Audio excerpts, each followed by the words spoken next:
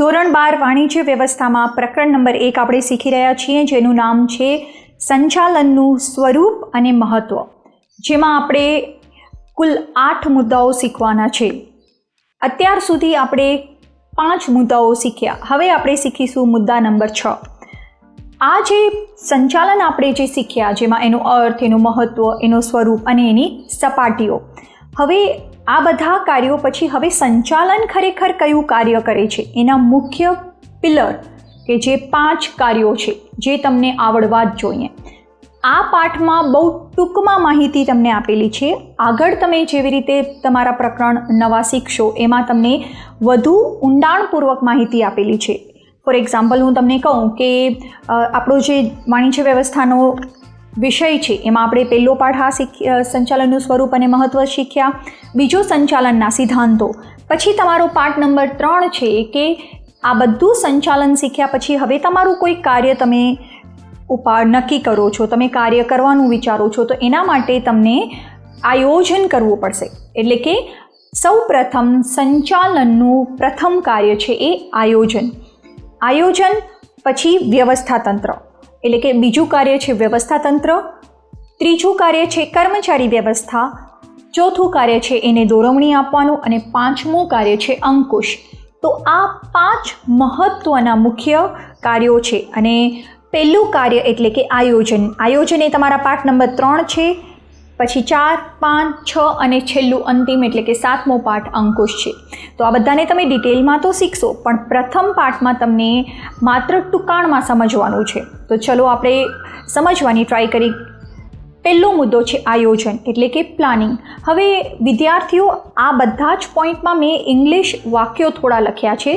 જો તમે આવા ઇંગ્લિશ વાક્યો યાદ રાખશો અને પરીક્ષામાં લખશો તો તમારા પ્રશ્નનો ભાર વેટેજ વધારે રહેશે અને એક જોવાવાળા ઉપર સારી ઇમ્પ્રેશન પડશે. બરાબર? તો ચલો, આયોજનને ખૂબ જ મહત્ત્વનું કાર્ય કહેવામાં આવ્યું છે. શા માટે એમ કહેવામાં આવે છે કે even God can not change the past, એટલે કે ભગવાન જે છે એ આપણું ભૂતકાળ જે વીતી ગયું એ ફરીથી બદલી શકતા નથી, પરંતુ એટલે કે but man can change the future. પણ આપણે જો આપણું ભવિષ્ય વ્યવસ્થિત રીતે ગોઠવીને એટલે કે પ્લાનિંગથી આગળ વધીએ તો આપણે આપણું ફ્યુચર ચોક્કસ બદલી શકીએ છીએ. બરાબર? એટલે કે બહુ સરસ વાક્ય છે. એક વખત ફરીથી બોલું છું કે even God can not change the past but man can change the future by the best planning. ચલો હવે એને ટૂંકમાં સમજીએ કે આયોજન શા માટે જરૂરી છે ધંધામાં. તો સૌ પ્રથમ તમને ધંધાકીય એકમમાં જે તમારા ધ્યેયો છે, બરાબર, એને સિદ્ધ કરવા માટે એટલે કે જે તમારા અપેક્ષિત પરિણામો હાંસિલ કરવા માટે, એના પછી તમે જે પરિણામ, ફોર એક્ઝામ્પલ આમાં હું તમને એક ઉદાહરણ આપું કે તમને ધોરણ 12માં સારા ટકાએ પાસ થવું છે, તો એના માટે તમે પ્લાનિંગ કરશો કઈ રીતે, કયા વિષયને કઈ રીતે વેટ આપવું, કયા વિષયને કેટલો સમય આપવો. એટલે કે તમે જે પરિણામ વિચારી લીધું કે હવે મને 70% ઉપર એટલે અપેક્ષિત પરિણામ હાંસિલ કરવા માટે. એના પછી બીજો હકીકતોની પસંદગી. હવે તમે એમાંથી માધ્યમ પસંદ કરશો કે એકચ્યુઅલી રિયાલિટી તમે તમારું કાર્ય સિદ્ધ કરવા માટે કયા પગલાં લેશો. પછી તેની વચ્ચે આંતર સંબંધો સ્થાપવા માટે, એટલે આ બધા જોઈનિંગ છે કે તમે એક વખત પ્લાનિંગ કરી, એના ઉપર હકીકતોની પસંદગી, પછી તેની વચ્ચે આંતર સંબંધો એટલે કે જે માલિક છે ધંધાકીય એકમનો અને કર્મચારીઓ જે કામ કરશે એની વચ્ચેના આંતરિક સંબંધો. પછી જરૂરી પ્રવૃત્તિઓનું અવલોકન અને એનું ઘડતર. જે પ્રવૃત્તિ તમે ધંધાકીય એકમમાં કરશો એનું અવલોકન તમે આયોજનમાં જ નક્કી કરી લેશો કે કઈ રીતે એનું મૂલ્યાંકન કરશો, એનું ઘડતર કઈ રીતે કરશો. અને આ બધું જ જે છે આયોજન વિદ્યાર્થીઓ એ ભવિષ્યને લઈને થાય છે, એટલે કે એનો તમને પૂર્વાનુમાન કરવું પડે છે. બરાબર? તો આ હતા તમારા આયોજનને લગતા મુદ્દાઓ. હવે હું તમને ટૂંકમાં કહી દઉં એના વિશે કે આયોજન જે છે એ સંચાલનના શરૂઆતની એટલે કે જે સંચાલનની શરૂઆત થઈ ત્યારથી જ આયોજન થાય છે. બરાબર? એના પછી તમારા ધંધાનો હેતુ સિદ્ધ કરવા માટે કયું કાર્ય કોણ કરશે, ક્યારે કરશે, કેટલા પ્રમાણમાં કરશે, અને એ કાર્ય પૂર્ણ ક્યારે થશે આ બધું અગાઉથી નક્કી કરવામાં આવે છે. એટલે કે તમે એમ કહી શકો કે આયોજન એક બુદ્ધિપૂર્વકની વિચારણા છે, જેને આપણે આયોજન કહી શકીએ, કારણ કે તમે બધું પ્લાનિંગ ભવિષ્યમાં કરો છો એટલે તમે બહુ વિચારીને કરવું પડે, બરાબર. એના ઉપરથી હું એમ પણ કહી શકું કે આયોજન એ ભવિષ્યની પૂર્વ વિચારણા છે, બરાબર.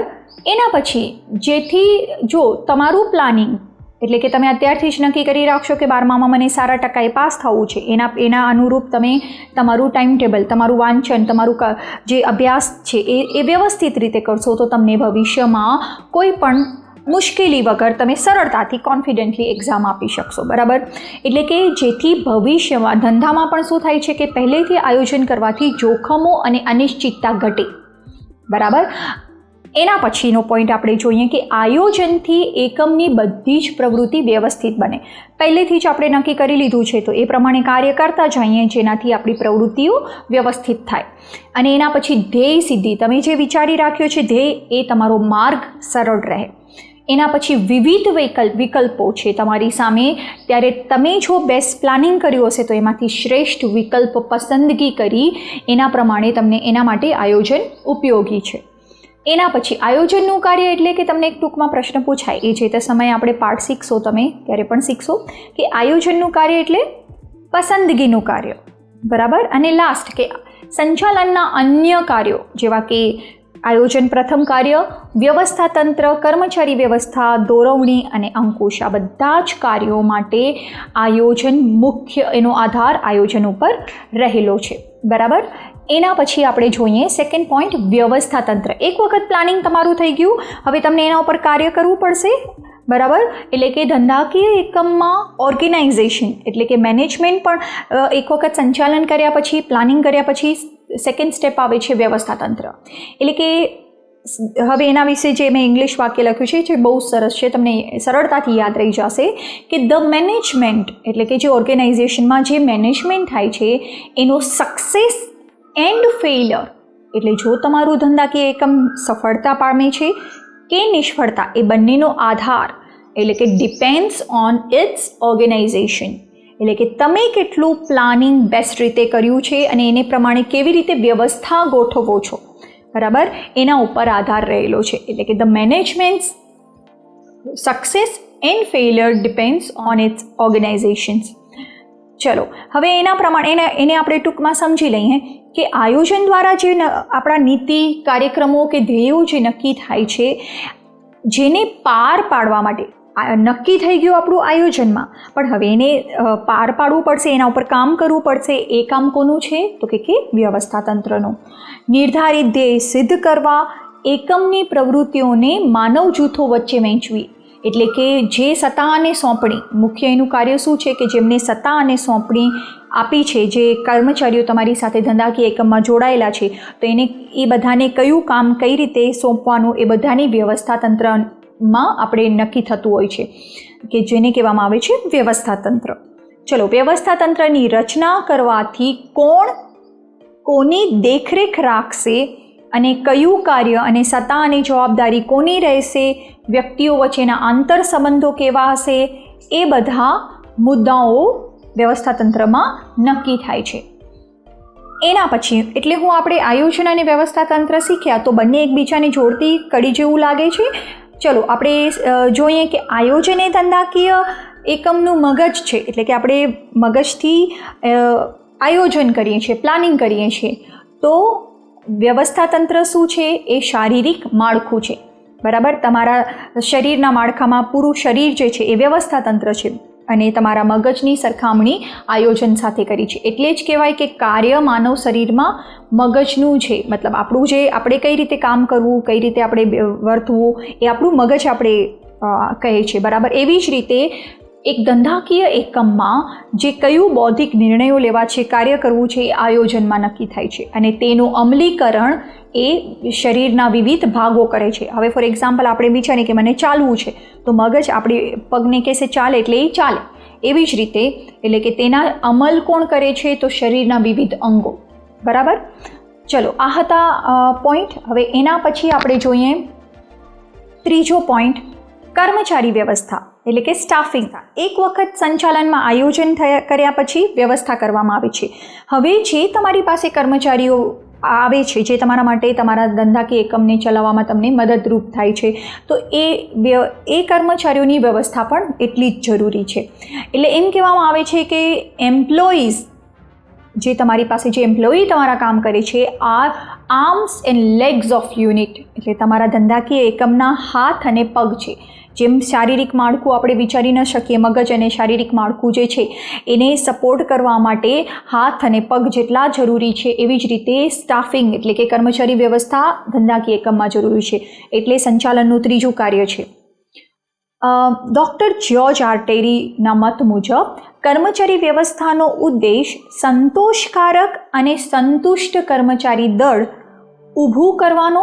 જો બહુ વ્યવસ્થિત વ્યાખ્યા આપી છે, એક એક શબ્દને સમજજો વિદ્યાર્થીઓ, કે કર્મચારીઓ દળ માત્ર ઊભું નથી કરવાનું, એટલે માત્ર તમને કર્મચારીઓની ભરતી નથી કરવાની, પરંતુ એને જાળવવાનો છે, એટલે કે એને સંભાળવાનો છે, એને ટ્રેનિંગ આપવાનો છે, જાળવી રાખવાનો. અને માત્ર ટ્રેનિંગ નહીં, અગર એ કર્મચારી સારું કામ કરે છે તો એને ઊંચો હોદ્દો, એની જવાબદારી વધારવાની, એટલે એનો વિકાસ સાધવાનો છે. એટલે 3 બહુ મસ્ત વાત કરી છે. કર્મચારી દળ ઊભું કરવું, એને જાળવી રાખવું અને એના વિકાસ સાધવાનો છે. ચલો, કર્મચારી વ્યવસ્થામાં તમે કર્મચારી મુખ્ય સ્થાને છે, એટલે કે જોઈએ કર્મચારી એટલે કે જ્યાં એકમ ત્યાં કર્મચારી. એકમની પ્રવૃત્તિનો અંતિમ આધાર, એટલે તમારી બધી જ પ્રવૃત્તિઓ કોઈ પણ કર્મચારી વગર શક્ય બને નહીં. પછી એકમની સફળતાનો આધાર તો કે કર્મચારી. અને જો તમારા કર્મચારી વિદ્યાર્થીઓ સંતોષાયેલા હશે તો એ ઉત્સાહથી અને ધગશથી, જુસ્સાથી તમારા ધંધાકીય એકમમાં તમારા માટે કાર્ય કરશે, એટલે કે જેથી એની કાર્યક્ષમતા કેવી થશે? વધારે થશે. એટલે જ કહીએ છીએ. હવે કર્મચારી વ્યવસ્થાનું ખરેખર કામ શું હોય છે? તો યોગ્ય સમયે એટલે કે યોગ્ય જગ્યાએ, સમયે, સંખ્યામાં અને લાયકાત ધરાવતા કર્મચારીઓની, એટલે કે જો જે કર્મચારીઓ તમને તમારા ધંધાકીય એકમ માટે જોઈએ છે એ કેવા હોવા જોઈએ? ક્વોલિફાઈડ હોવા જોઈએ. કેટલા જોઈએ છે એ બધું જ નક્કી કરવામાં આવે છે. એને શું કરવામાં આવે? એની ભરતી, એની પસંદગી, એની તાલીમ, બઢતી, બદલી અને નિવૃત્તિ, આ બધા જ કર્મચારીઓને લગતા કાર્યો કર્મચારી વ્યવસ્થામાં થાય છે. ચોથો પોઈન્ટ, આપણે 3 પોઈન્ટ સમજાઈ ગયા. પહેલું શીખ્યા આયોજન, વ્યવસ્થા તંત્ર, કર્મચારી વ્યવસ્થા તંત્ર. હવે કહેવાય છે દોરવણી. ચોથું કાર્ય છે ડાયરેક્ટિંગ, એટલે કે કર્મચારીઓને ધ્યેય પૂર્તિ માટે માર્ગદર્શન આપવું અને તેમના પર દેખરેખ રાખવી. ફોર એક્ઝામ્પલ, તમે કામ તો સોંપી દીધું કે તમને આ કામ કરવાનું છે, પરંતુ તમને ડાયરેક્શન આપવાનું છે એને, એટલે કે એને માર્ગદર્શન આપવાનું છે, એના ઉપર દેખરેખ રાખવાની છે કે કઈ રીતે કામ કરે છે. એ કામ કોનું જોવાનું કામ છે? દોરવણીનું. એટલે એમ કહી શકાય કે દોરવણીમાં જે કાર્ય કરતા વ્યક્તિઓ છે એને કહેવામાં આવે છે તાબેદારો અથવા તો કામદારો. કામદારોને શું કાર્ય કરવાનું હોય છે? તો કે માર્ગદર્શન પૂરું પાડવું, કામ જે વ્યક્તિઓ કરે છે એના ઉપર દેખરેખ રાખવી, પછી જે હુકમો ઉપરી અધિકારીઓ આપતા હોય છે એ હુકમોને પાડવા, એના પછી કામનું નિરીક્ષણ કરવું કે બધા જ વ્યક્તિઓ વ્યવસ્થિત કામ કરે છે કે નહીં, અને એની સાથે સાથે પ્રેરણા તથા નેતૃત્વ પૂરી પાડવું, એટલે કે મોટિવેશન સાથે બીજા વ્યક્તિઓ પાસેથી કામ લઈ એક નેતૃત્વ પૂરું પાડવાનું કામ ડાયરેક્ટિંગ કરતા હોય છે, એટલે કે દોરવણી કરે છે. એટલે કે બધા જ કાર્યો સંચાલનના એટલા જ મહત્ત્વના છે, પરંતુ એમ કહેવામાં આવે છે કે દોરવણી વગર તમે ડાયરેક્શન પ્રોપરલી નહીં આપો તો સંચાલનના અન્ય કાર્યો નિરર્થક છે. બરાબર? એટલે કે દોરવણી એ ધંધામાં સતત ચાલતી પ્રક્રિયા છે. એના પછી દોરવણીનો, હવે એના પછીનો પોઈન્ટ આપણે જોશું કે અંકુશ એટલે કે કંટ્રોલિંગ. કંટ્રોલિંગ એટલે એમ કહેવામાં આવે છે કે કોઈના ઉપર કંટ્રોલ કરવો, કોઈને કડકાઈથી નિયમોનું પાલન કરાવવું, તો કે ના. Control is not to be negative work, એટલે કે જો કંટ્રોલ એ છે ને નકારાત્મક પ્રવૃત્તિ નથી, એટલે નકારાત્મક કાર્ય નથી. અંકુશ શબ્દ સાંભળતા આપણે એમ લાગે કે નકારાત્મક પ્રવૃત્તિ છે, કડકાઈથી નિયમો નક્કી કરવાનું હોય છે. નો. આજના જે સમયમાં, આજના જમાનામાં જે અંકુશ છે એ બહુ ધંધાકીય એકમને ઉપયોગી નીવડ્યું છે. શા માટે? આપણે જોઈએ. જો તમે ધંધાકીય એકમમાં કામ કરતા કર્મચારીઓ પર અંકુશ એટલે કે એને માર્ગદર્શન આપશો તો એનાથી કામ વધારે સારું થશે, કોઈ કામ બેવડાશે નહીં. બરાબર, આ બધા નાના નાના પોઈન્ટ આપણે જોઈએ. એટલે કે સૌ પ્રથમ પહેલાં અંકુશનો અર્થ જોઈ લઈએ કે પ્રયત્નો, પરિણામ તથા સાધનો એના ઉદ્દેશો વચ્ચે સંતુલન સાધવાનું કાર્ય એટલે કે અંકુશ. આ તો એનો અર્થ. હવે અંકુશ એટલે શું એને થોડુંક સમજીએ ડિટેલમાં. એમ કહેવામાં આવે છે કે આયોજન સંચાલનનું પ્રથમ કાર્ય છે તો અંકુશ સંચાલનનું અંતિમ કાર્ય છે. આયોજન અને અંકુશ એ બંને તમે આગળ જ્યારે ભણશો તો એ જોડિયા બાળકો જેવા છે. એટલે કે આયોજનનો મુજબ કાર્ય થાય છે કે નહીં એ જોવાનું કામ અંકુશનું છે. અંકુશ એ આધુનિક સમયમાં હકારાત્મક પગલાં ધરાવનારો ખ્યાલ છે. એના પછી કે અંકુશ દ્વારા તમે કોઈ પણ કાર્ય એટલે કે તમે ધ્યાન રાખો છો, દેખરેખ રાખો છો, તો એના આધારે તમે કોઈ કાર્ય બગડે છે તો એના ઉપર તમે દેખરેખ રાખીને કાર્ય ઉપર સુધારાલક્ષી પગલાં લઈ શકો છો. અને આયોજન મુજબ કાર્ય થાય છે કે નહીં તેને અટકાવી, તેને જો આયોજન મુજબ કાર્ય ન થતું હોય તો એ કાર્યને ત્યાં જ અટકાવી અને એને યોગ્ય દિશા તરફ વાળવાનું કામ અંકુશનું છે. એક બહુ સરસ પોઈન્ટ છે જે મને ગમે છે અને હું તમને પણ શેર કરીશ કે ભૂતકાળમાં થયેલી ભૂલોનું એટલે કે જે ધંધામાં અને આપણી પર્સનલ લાઈફમાં પણ આપણે જે મિસ્ટેક કરીએ છીએ એ ભૂતકાળમાં થયેલી ભૂલોનું ભવિષ્યમાં પુનરાવર્તન ન થાય એ જોવાનું કામ અંકુશનું છે. તો આ હતા બધા સંચાલનના કાર્યો. હવે સંચાલનના મુખ્ય 5 કાર્યો આપણે શીખ્યા, જેમાં સૌ પ્રથમ કાર્ય છે આયોજન, વ્યવસ્થાતંત્ર, કર્મચારી વ્યવસ્થા, દોરવણી અને અંકુશ. આ બધા જ કાર્યો વ્યવસ્થિત રીતે થાય એના માટે આપણે હવે જે શીખવા જઈ રહ્યા છીએ એ મુદ્દાનું નામ છે સંકલન એટલે કે કોર્ડિનેશન. જોઈએ એનો અર્થ કે ધંધાકીય એકમમાં જુદા જુદા વિભાગમાં ધંધાકીય એકમમાં ઘણા બધા વિભાગો હોય છે અને કર્મચારીઓ દ્વારા એટલે કે જુદા જુદા જે કાર્યો થાય છે, બરાબર, જુદા જુદા વિભાગો અને જુદા જુદા કર્મચારીઓ વચ્ચે જે થતા કાર્યો, આ તેમની વચ્ચે 2 શબ્દ છે વિદ્યાર્થીઓ, તમે યાદ રાખશો તો તમને એકદમ સમજાઈ જશે. સુમેળ અને એકસૂત્રતા. એટલે સુમેળ એટલે સમજ અને એકસૂત્રતા એટલે કન્ટિન્યુટી. જે એકસૂત્રતા સાધવાના કાર્યને સંકલન કહે છે. બરાબર, આ હતો એનો અર્થ. હવે આપણે એના જોઈએ લક્ષણો. તો એમાં સૌ પ્રથમ કે આયોજનથી અંકુશ સુધીના દરેક કાર્ય કરતી વખતે સંકલન જરૂરી છે. બરાબર, એના પછી બીજા નંબરનો પોઈન્ટ કે સંચાલનની આપણે 3 સપાટીઓ જોઈ, તો ત્રણેય સપાટીઓ માટે દરેક સપાટી માટે કોર્ડિનેશન એટલે સંકલન ખૂબ જ મહત્ત્વનું છે. ત્રીજો પોઈન્ટ, એકમના સાધનોનો મહત્તમ ઉપયોગ કરવો હોય એટલે કે મેક્સિમમ ઉપયોગ કરવો હોય તો કોર્ડિનેશન સાથે કામ કરવું જરૂરી છે. એના પછીનો ચોથો પોઈન્ટ કે જો તમે સંકલન વ્યવસ્થિત થશે તો એની સફળતાનો મુખ્ય આધાર કોના ઉપર, તો કે માહિતી સંચાર ઉપર એટલે કે કમ્યુનિકેશન ઉપર એનો આધાર હોય છે. એટલે કે એની કમ્યુનિકેશન જો પ્રોપર હશે તો તમારું કાર્યક્ષમ સંચાલન થઈ શકશે. એના પછી 5મો પોઈન્ટ કે સંકળાયેલ દરેક કર્મચારીઓનો સહકાર જરૂરી. તમે સંકલન તો સાધી શકો કે તમે જે આપેલા જે કોઈ પણ હુકમો છે એને કર્મચારીઓ વ્યવસ્થિત રીતે એના ઉપર કાર્ય કરે. અને છેલ્લો પોઈન્ટ, 6થો પોઈન્ટ કે સંકલનને સંચાલનનો આત્મા કહે છે. બરાબર, એટલે સંચાલનમાં સંકલનનું ખૂબ જ મહત્ત્વ છે. હવે જોઈએ સંકલનનું મહત્ત્વ. સંકલનની લાક્ષણિકતાઓથી આપણે થોડી સમજ આવી તો શા માટે સંકલન જરૂરી છે. તો સૌ પ્રથમ પહેલું મહત્ત્વ, સંચાલનના જે 5 કાર્યો છે આ તમને એકદમ આવડવા જ જોઈએ વિદ્યાર્થીઓ. જેમ કે આયોજન, વ્યવસ્થાતંત્ર, કર્મચારી વ્યવસ્થા, દોરવણી અને અંકુશ. એને અસરકારક કોણ બનાવે છે તો કે સંકલન, કોર્ડિનેશન. એકમના બધા જ કાર્યો તમે સરળતાથી કરી શકો. બીજો પોઈન્ટ, ત્રીજું મહત્ત્વ છે કે કોઈ કાર્ય જો તમે વ્યવસ્થિત રીતે સંકલનથી કોર્ડિનેશનથી કરો તો રહી પણ ન જાય અને બેવડાય પણ નહીં. એટલે કે ફરીથી પણ એ કાર્ય ન થાય. એના પછી ચોથો પોઈન્ટ કે કાર્યોના ક્રમ અને સમય વચ્ચે સમતુલા જળવાઈ રહે.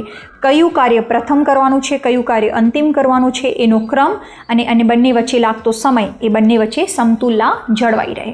એના પછી એકમના જે તમારા હેતુઓ છે એને તમે સિદ્ધ કરી શકો છો. તો આ પોઈન્ટ આપણે સમજ્યા સંકલનનો એટલે કે કોર્ડિનેશન. હવે આના પછી તમને સમજવાનું છે સંચાલનના કાર્ય વિસ્તારો.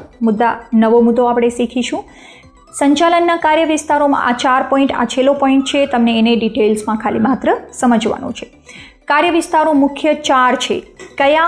પહેલું ઉત્પાદન. તમે જે ધંધામાં આપણે જે ઉત્પાદન કરીએ છીએ ધંધાકીય એકમમાં, એને પછી માર્કેટિંગ એટલે કે એને કઈ રીતે તમે માર્કેટિંગ દ્વારા તમારી પ્રોડક્ટને ગ્રાહક સુધી પહોંચાડો છો. માનવ સંસાધન અને સૌથી ઉપયોગી નાણું એટલે કે નાણાકીય તમે મેનેજમેન્ટ કઈ રીતે કરો છો. ચલો હવે એને આપણે ડિટેલમાં સમજીએ. સૌ પ્રથમ પહેલો પોઈન્ટ આપણે સમજીશું માર્કેટિંગ એટલે કે બજારીય સંચાલન. કઈ રીતે તમે માર્કેટિંગ મેનેજમેન્ટ કરશો? તો પહેલું માલ કે સેવાના ઉત્પાદક પાસેથી કઈ રીતે તમે માર્કેટિંગ કરશો કે જે તમારી પાસે જે માલ છે એ ઉત્પાદક પાસેથી તમને ક્યાં પહોંચાડવાનું હોય છે વિદ્યાર્થીઓ? તમે જે માલ વાપરીએ આપણે કોઈ પણ માલ, તો ગ્રાહક સુધી પહોંચાડવાની પ્રક્રિયાને વિશાળ અર્થમાં એટલે કે આ વ્યાખ્યા કેવી છે? વિશાળ અર્થમાં માર્કેટિંગ કહેવામાં આવે છે. માત્ર શું છે તો કાં તો તમે કોઈને માલ આપો અથવા તો કોઈ સેવા પૂરી પાડો, બરાબર, ઉત્પાદકથી ગ્રાહક સુધી. હવે એમાં કયા પોઈન્ટનો સમાવેશ થાય છે મુદ્દાઓનો? તો કે વસ્તુ કે નાણાંનો વિનિમય થાય, બજાર સંશોધન, વિતરણ વ્યવસ્થા એટલે કે વેચાણ તમે કઈ રીતે કરશો, વેચાણ વૃદ્ધિ અને એ જે તમારી પાસે માલ છે એનો સંગ્રહ કઈ રીતે કરશો, એને તમને વીમો લેવો પડશે. આ બધી બાબતનો સમાવેશ થાય છે. હવે તમને માર્કેટિંગ બજારીય જે સંચાલન તમે શીખો છો ને વિદ્યાર્થીઓ, એનામાં તમને માર્કેટિંગ સંચાલનના 4 કાર્યો મુખ્યત્વે શીખવાના છે. અને આ પ્રશ્ન તમને પૂછાતો હોય છે પરીક્ષામાં, જેને તમે 4P તરીકે ઓળખો છો, બરાબર? 4P, જેમાં પહેલો P એટલે કે પ્રોડક્ટ એટલે કે પેદાશ, બીજો P એટલે કે એ પ્રોડક્ટની કિંમત જેને કહેવામાં આવે છે પ્રાઇસ, ત્રીજો P એટલે કે તમે જે તમારી પ્રોડક્ટની પ્રાઇસ નક્કી કર્યા પછી જે સ્થળે તમે વેચો છો એટલે કે વિતરણ એટલે કે પ્લેસ, અને એના પછી તમારી પ્રોડક્ટને વધુ ને વધુ વેચાય એના માટે તમે પ્રમોશન કરો છો એટલે કે અભિવૃદ્ધિ, વેચાણ વધારવા માટેના પ્રયત્નો. તો આ હતા 4P. ચલો હવે આપણે જોઈએ બીજો પોઈન્ટ, માનવ સંસાધન સંચાલન જેને કહેવામાં આવે છે હ્યુમન રિસોર્સ મેનેજમેન્ટ.